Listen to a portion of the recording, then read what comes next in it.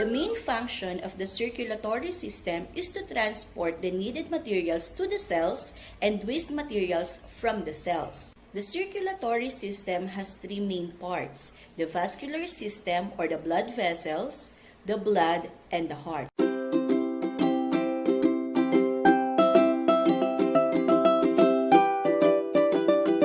Let's talk first about the vascular system.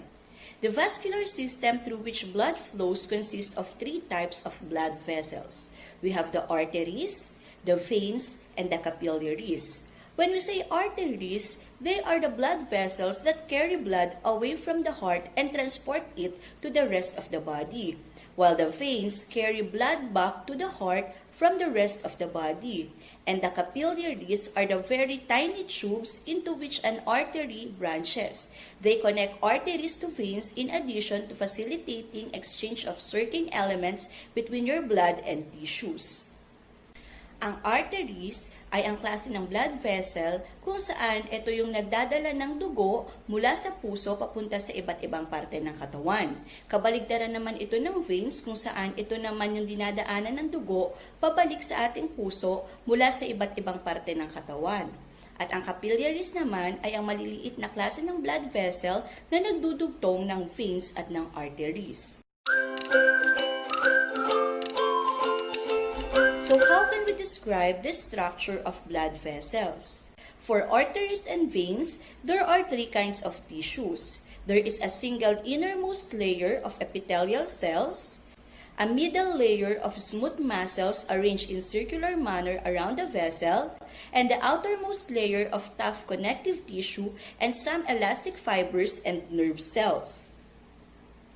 For the capillary, each wall consists of a single layer of epithelial cells covered by a thin layer of fibrous materials. It is the same epithelium in the other two blood vessels.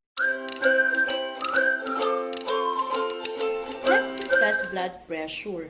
Maybe there are times na naririnig natin sa ating mga magulang, lalo na kapag pinapagalitan nila tayo, na tumataas na ang kanilang BP or blood pressure. Ano nga ba ang ibig sabihin nito? Contraction of the left ventricle imparts pressure to the blood flow.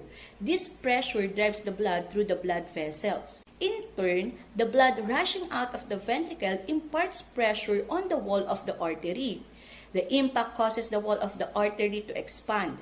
Since the wall of the artery is elastic, it recoils, causing a wave of expansion to pass along the length of the artery.